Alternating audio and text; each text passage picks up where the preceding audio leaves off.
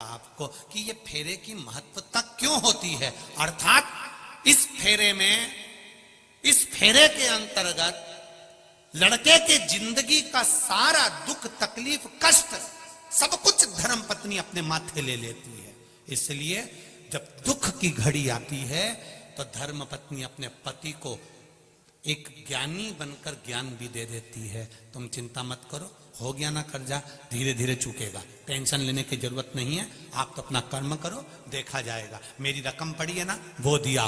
धर्म पत्नी will power मजबूत करती है, धर्म पत्नी बल देती है। क्यों टेंशन लेते हो, मैं बैठी हूं ना, मैं चलती हूं ना तुम्हारे साथ में, मैं आगे बढ़कर काम कर दूंगी, तुम चिंता मत करो। तुम लगाओ दुकान, मैं बर्तन धो दूंगी, तुम लगाओ ये काम, मैं तुम्हारे साथ कदम से कदम मिलाकर काम करूंगी। वो होती है धर्म पत्नी। शिव जी ने अपनी पत्नी से कहा, विष मेरे लिए आया है, मैं पीऊंगा, मर जाऊंगा, तो क्या तुम मुझे देखती रहेगी? धर्म पत्नी कहती है, तो मेरा क्या काम है? पति कहता है, अनसुईया पति को लेकर आ गई, सावित्री यम की केस से लेकर आ गई, तो तू तेरे पति को मरता हुआ देख लेगी? पार्वती जी कहती, अब भी अच्छे से पियो, तुम जरा पियो पियो, मैं निपट लूंगी सब। शंकर भगवान ने विष का प्याला लिया, शिव जी ने विष पीना चालू करा, पार्वती मैया श्वास में से निकल गई।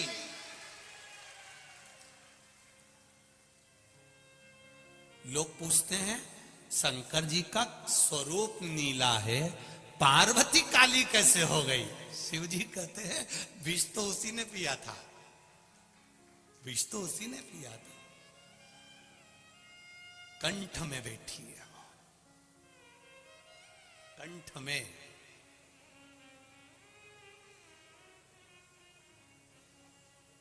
भीतर बैठकर विष शिव जी ने पिया।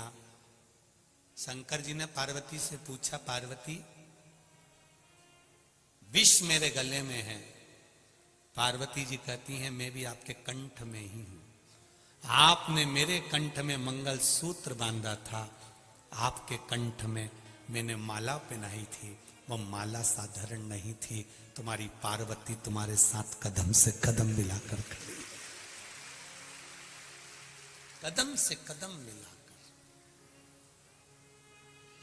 एक धर्म पत्नी का सबसे बड़ा धर्म है, पति अगर गलत मार्ग पर जा रहा है, व्यसन में जा रहा है, मदिरापान में जा रहा है, मांसाहार में जा रहा है, जुए में जा रहा है, वेश्यावृत्ति में जा रहा है, धर्म पत्नी का फर्ज है उसको सुधारने का प्रयास करो। ये नहीं कि मायके में जाके बैठ जाऊंगी तो ये सुधर जाएगा। वो सिंदूर चढ़ा हुआ अभी तक बटुक भैरू था, तू गई तो काल भैरव बन जाएगा। उसको सुधारने की जवाबदारी तुम्हारी भी है, उसको संवारने की जवाबदारी तुम्हारी भी है।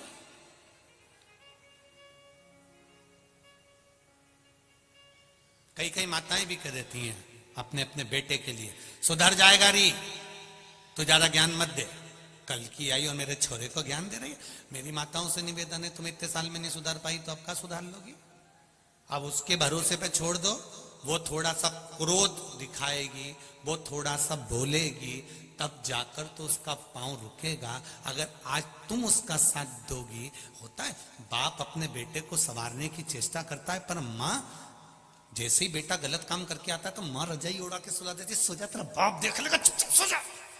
मां ने अपने बेटे पर रजाई नहीं डाली है, अपने ऊपर मां ने खुद राख डाल ली है कि जिंदगी बर्बाद कर दी छोरे की। जिस दिन गलत काम कर कर, एक हमने बचपन में पढ़ी थी एक कथा, शायद तुमने भी पढ़ी होगी, कानपुर की जीजियों और जीजाओं, तुमने भी पढ़ा होगा, हमने भी अपने बचपन में पढ़ा था। एक बच्चा पेंसिल चुरा लाया, पेंसिल चुरा के मम्मी को बोला, माँ मैं पेंसिल लाया हूं। माँ ने कुछ नहीं कहा। बच्चा पेन लाया, माँ ने कुछ नहीं कहा। बच्चा बॉक्स लाया, माँ ने कुछ नहीं कहा। बच्चा बैग चुरा लाया, माँ ने कुछ नहीं कहा। वो बच्चा नामी चोर हो गया, चोर हो गया, पकड़ाया, ले जाकर खड़ा करा, जेल में डाल दिया, जेल में डाल दिया। तब उस बच्चे से पूछा गया, तेरी अंतिम इच्छा क्या है, क्योंकि तुझे सूली पर चढ़ाया जा रहा है। वो बच्चा कहता है, मेरी माँ को बुला दो, मैं उनके कानों में कुछ कहना चाहता हूं। मेरी माँ को बुला दो, मेरी माँ के कानों में कुछ कहना चाहता हूं। माँ को बुलाया, बच्चे ने अपने दांतों से मां का कान पकड़ लिया, खून बहने लगा। पुलिस वालों ने छुड़ाया, छोड़ ये तेरी मां है। वो कहता है आज सूली पर चढ़ाने वाली भी ये मेरी मां है। अगर पहली बार पेंसिल चुराई थी, थप्पड़ मारती तो आज मैं चोर नहीं बनता। हम अपने बच्चों को अगर संवारेंगे तो बच्चा संवरेगा।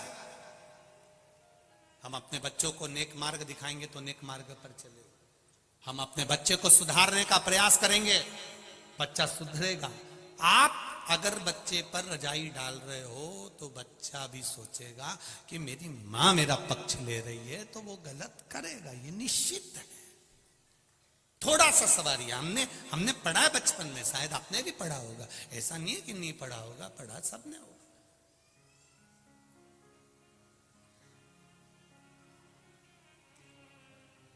कुछ कुछ चीजें तो अभी तक नहीं भूल पाए हम भी, तुम भी नहीं भूले होगे। मटके की कथा, टम्मक टू रे टम्मक टू, शिव कथा कह रही है। सती मैया ने शिवजी से विवाह करा। दक्ष प्रजापति की दृष्टि में शिव बुरे कैसे हो गए?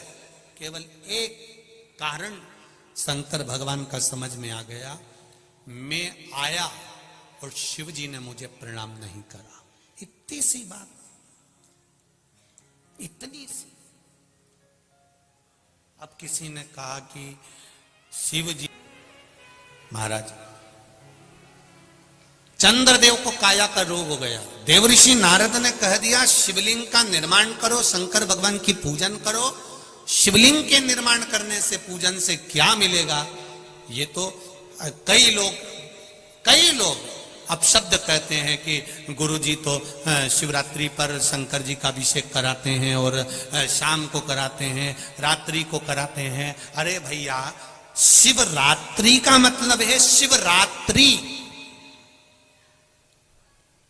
रात भर शिव जी की आराधना कर सकते हो।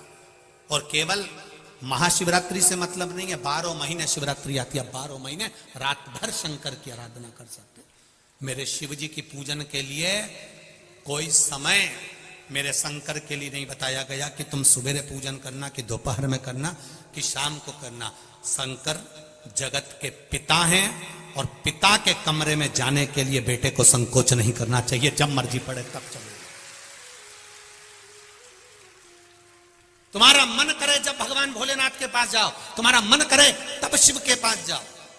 जैसे रायसेन से आए हुए बेटे ने लिखा कि हम जैसे नवयुवक बच्चों में भगवान के प्रति विश्वास जागृत हुआ है शिव महापुराण के माध्यम से। और मेरे नवयुवक बेटा बेटियों से निवेदन है, संकोच मत करना। जैसे बेटे ने कथा सुनी, कथा सुनने के बाद दूसरे दिन से नियम बना लिया कि मेरा सब कुछ हो गया पर ज्वाइनिंग लेटर ही नहीं आ रहा, तो उसने भी तो हिम्मत कर कर शंकर के मंदिर में जाना चालू करा। लोगों ने ताने भी दिए होंगे, पढ़ा लिखा लड़का है, बताओ महाराज के कहने पे चल दिया। वो सियोर वाला महाराज ने तो लोगों को पागल करके रख रखा है, सबको मंदिर भेज देता है।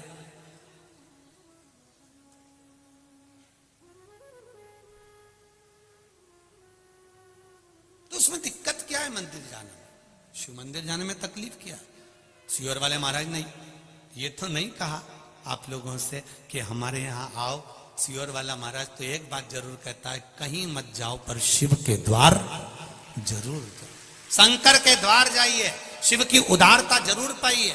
आज आप लाखों की संख्या में आए हुए हो, तीसरा दिन है कथा का, बाउंड्री के बाहर लोग खड़े हुए हैं, जहां देखो वहां, जहां मौका मिल रहा है वहां पर बैठकर कथा सुन रहे हो। ये आपकी दृढ़ विश्वास, दृढ़ता, भरोसा ही तो है जो आपको यहां तक लेकर आया है।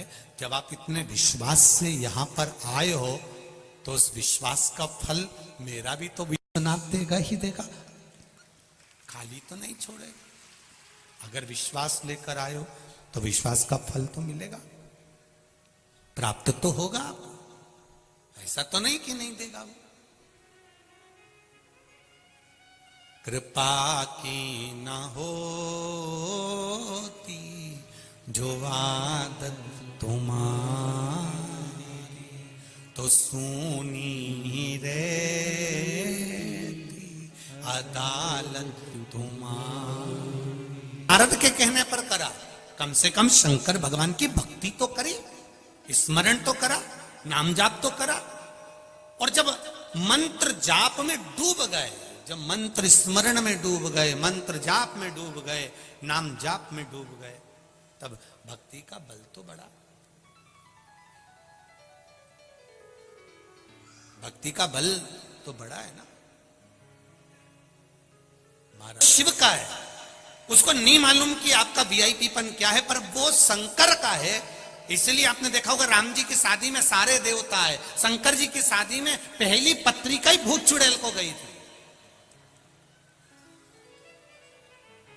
तो यहां तो जो आया है वो शंकर का है। और शिव जी की शादी में सबसे आगे देवी देवताओं आगे थे, पर पीछे तो मेरे महादेव के भक्त थे अड़भंग। उनको कोई मतलब नहीं, उनको तो केवल शिव से मतलब, अड़भंगता है।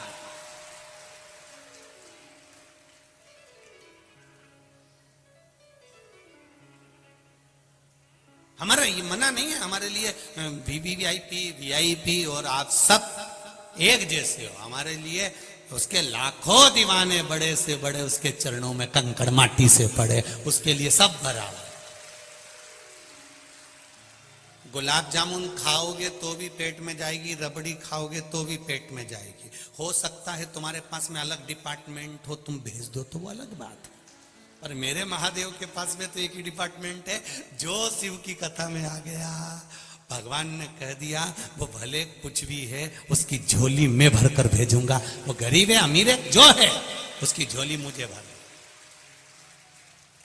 3 घंटे कथा का रसतत्व आपके लिए और हमारे लिए। केवल आप कथा सुनते ऐसा नहीं है, हम भी कथा सुनते, बाचने के साथ में हम भी उस बल बढ़ाएं, उसका रसतत्व बढ़ाएं। शिव कथा कह रही, शिवलिंग का निर्माण करा। और निर्माण करने के बाद में शंकर भगवान के शिवलिंग के निर्माण का जो आनंद था वो चंद्रदेव ने पा लिया और काया के रोग से मुक्त हो गए। काया के रोग से मुक्त। एक बात और आपसे कहेंगे, उतारिएगा।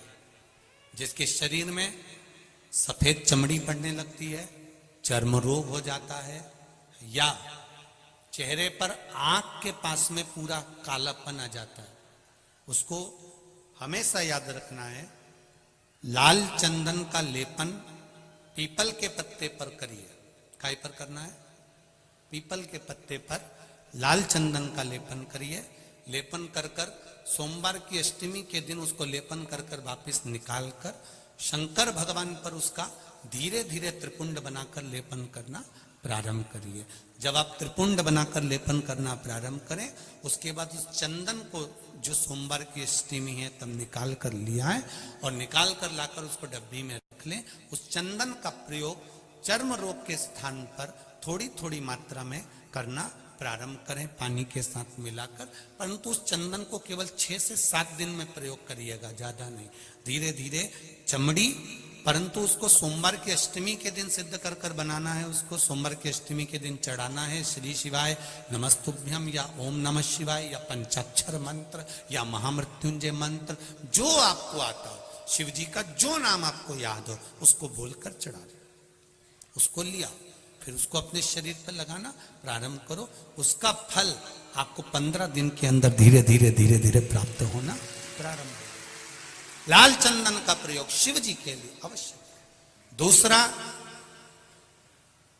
जब विषम परिस्थिति आ जाए, ऐसा लग रहा है कि आपने पशुपति व्रत कर लिया, सोमवार की अष्टमी का प्रयोग कर लिया, मैंने शंकर जी की आराधना कर ली, तो भी विषम परिस्थिति चल रही, अभी तक कोई सुधार आने को तैयार नहीं है, तब शंकर जी के मंदिर में जब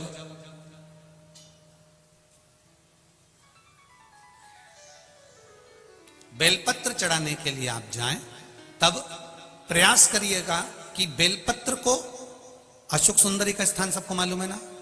बोलो, जम के बोलो जरा, मालूम है सबको? अशोक सुंदरी वाली जगह पर बेलपत्री को डंडी वाली जो जगह है जहां से पानी बहकर जाता है उधर रखना। उसी बेलपत्री को वापस उठाना है। शिव जी के शिवलिंग पर जब बेलपत्री रखो तो डंडी का भाग, आप यहां बैठे हो तो डंडी का भाग पीछे की ओर होना चाहिए। शिवलिंग जैसे ये है तो डंडी का भाग पीछे की ओर, उसको रखकर 7 लोटा जल भगवान शंकर पर समर्पित कर दीजिए अपने भाव को रखते हो। अगर विषम परिस्थिति चल रही है, आपने पशुपति व्रत कर लिया, सोमवार के अष्टमी का कर लिया, उसके बाद भी कार्य नहीं हो रहा, अटक रहा है किसी कारणवश, कोई फाइल मोटी है, थोड़ा समय लग रहा है, तो 7 लोटा जल का प्रयोग करें। धीरे धीरे 7 लोटा जल शिव जी को बाल्टी में भरकर ले जाएं अपने घर से। 7 कलश जल शिव जी को समर्पित करना है और समर्पित करने के बाद उस बेलपत्री को लाइक करें, कमेंट करें, शेयर करें, सभी के पास भेजें। यह महापुराण कथा शिव भजन। फिर उसका विसर्जन वापिस किसी नदी, सरोवर, तालाब या वृक्ष के नीचे कर दीजिए। बाबा हाथ पकड़कर बाहर निकाल ही देगा। परिस्थिति अगर बहुत विचित्र, विषमता, बहुत विषम परिस्थिति में उस जगह पर इसका प्रयोग कर सकते। शंकर भगवान को रिझाना, बेलपत्र का प्रयोग भगवान शिव को रिझाने का जो आनंद है, शिव को जो मनाने का आनंद है, वो एक स्वरूप ही अलग है, उसका एक स्वरूप आनंद। शंभु शरणे पड़ी मांगू घड़ी रे घड़ी, दुख काटो दया करी ने दर्शन। शिव की आराधना का फल प्राप्त करें। भक्ति प्रबल होनी चाहिए। चंद्रदेव की काया ठीक हो गई। आज दक्ष प्रजापति की सभा लगी है, शिव जी जाकर बैठ गए, उठ नहीं पाए, नमन नहीं कर पाए, प्रणाम नहीं कर पाए, देख नहीं पाए। जब नहीं देखा, दक्ष प्रजापति को क्रोध आ गया। क्रोध आया, खड़े हो गए, श्राप दे दिया, रे शिव, ये केवल देखने का श्राप नहीं है, ये केवल दक्ष प्रजापति ने इसलिए शंकर जी का अपमान करा क्योंकि इन्होंने चंद्रदेव की काया को ठीक कर दिया था। श्राप दिया था दक्ष प्रजापति ने, और चंद्रदेव जब सभा में आकर बैठे तो उनकी काया ठीक थी। चंद्रदेव की काया बिल्कुल ठीक। दक्ष प्रजापति ने पूछा, चंद्रदेव की काया ठीक कैसे हो गई? मैंने श्राप दिया था तो ये तो ठीक नहीं होना था, फिर ये ठीक कैसे हो गया? तब देव ऋषि नारद ने कहा, दक्ष प्रजापति, तुमने श्राप दिया है, पर संवारने वाला वो भोलेनाथ सामने बैठा हुआ है, उसने सवार। शिव ने इसको अच्छा कर दिया, हाँ, शंकर भगवान ने इसको अच्छा कर दिया, हाँ। रुको, अब गुस्सा, अब क्रोध चरम पर पहुंच गया। अब क्रोध पहुंचा तो जैसे ही दक्ष प्रजापति अंदर आए और नारद जी ने कह दिया कि चंद्र की काया इसलिए ठीक हुई क्योंकि उसको शिवजी ने ठीक कर दिया, तो अंदर आते से ही तिलबिला रहे थे।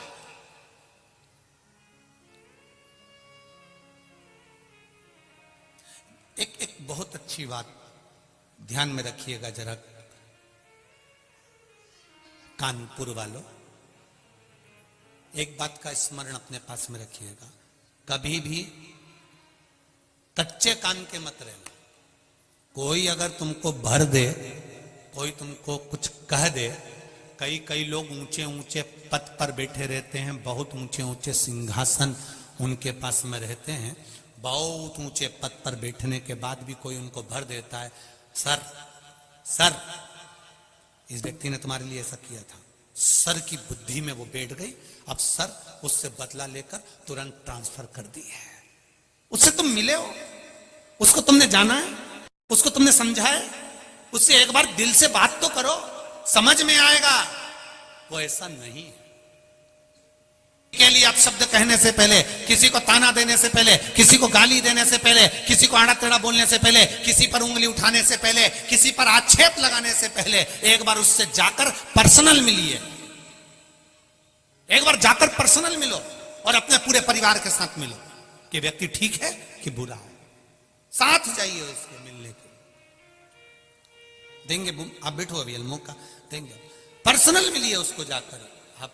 और जब आप उसके पास में जाओगे, उससे मिलोगे, अपने दिल की बात कहोगे, अपने चित्त की बात कहोगे, अपने हृदय की बात कहोगे, तब समझ में आएगा कि सामने वाला व्यक्ति कैसा है।